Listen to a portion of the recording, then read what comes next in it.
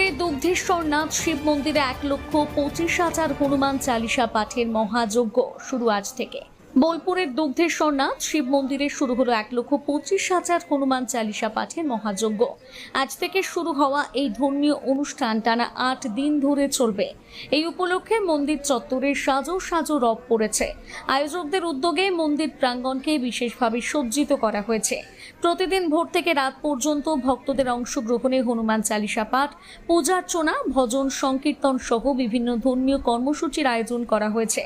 দূর দূরান্ত থেকে বহু ভক্ত ও দর্শনার্থীর সমাগমের সম্ভাবনা থাকায় সমস্ত প্রস্তুতি ইতিমধ্যে সম্পন্ন হয়েছে।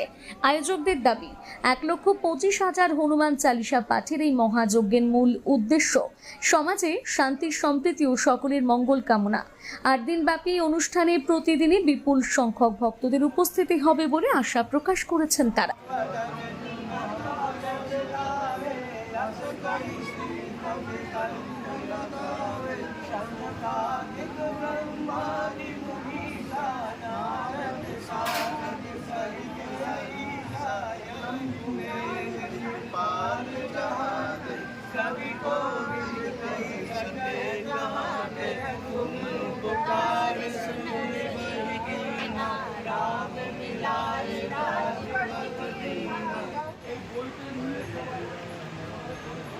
सनातन के लिए बहुत सुंदर कार्यक्रम हो रहा है और इसी प्रकार से हम सभी सनातनियों को जागृत होके और ये जो पाठ का कार्यक्रम अभी चल रहा है, ऐसा पाठ हर मोड़ पे हर जगह पे होना चाहिए।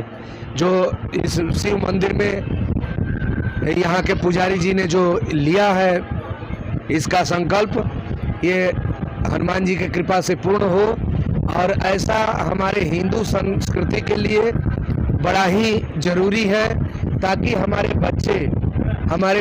बच्चे समझ सके कि हम हिंदू हैं तो हमें क्या क्या करना चाहिए।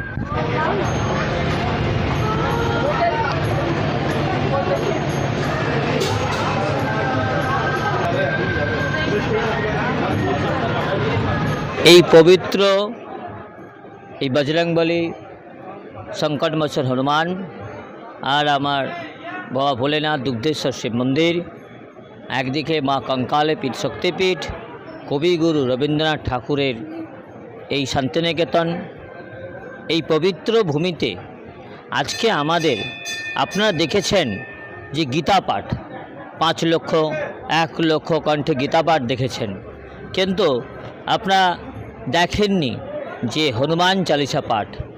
তাই প্রথম আমার কাঞ্চীশ্বর মা কঙ্কালী শক্তিপীঠ, কবিগুরু রবীন্দ্রনাথ ঠাকুর এবং এই সুরত রাজা শিব মন্দিরে এই প্রাঙ্গণে এই পবিত্র ভূমিতে আজকে আমাদের সমস্ত আখড়া পরিষদ থেকে, আমাদের বিভিন্ন আখড়া থেকে, আশ্রম থেকে, মঠ থেকে, বিভিন্ন আশ্রম থেকে এবং আমাদের সনাতন জাগরণ মঞ্চ থেকে আমাদের সমস্ত পরিবারবর্গ নিয়ে আমরা এখানে একটা বিশ্ব কল্যাণ, বিশ্ব শান্তি যজ্ঞ এবং 5 লক্ষ না 1,25,000 আমরা এই হনুমান চালিসা পাঠ করতে চলেছি।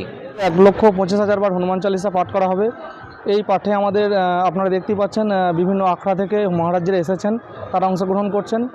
1,25,000 বার পাঠ ততক্ষণ চলবে যতক্ষণ না পর্যন্ত আমাদের এই প্রোগ্রাম কমপ্লিট হচ্ছে। সেটা 7 দিনও হতে পারে, সেটা 15 দিনও হতে পারে। আমরা মোটামুটি ধরে রেখেছি 7 থেকে 10 দিনের মধ্যে আমাদের এই কর্মসূচি শেষ হবে।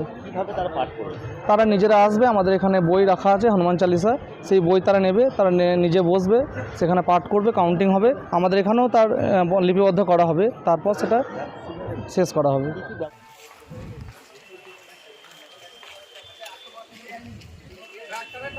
Gracias.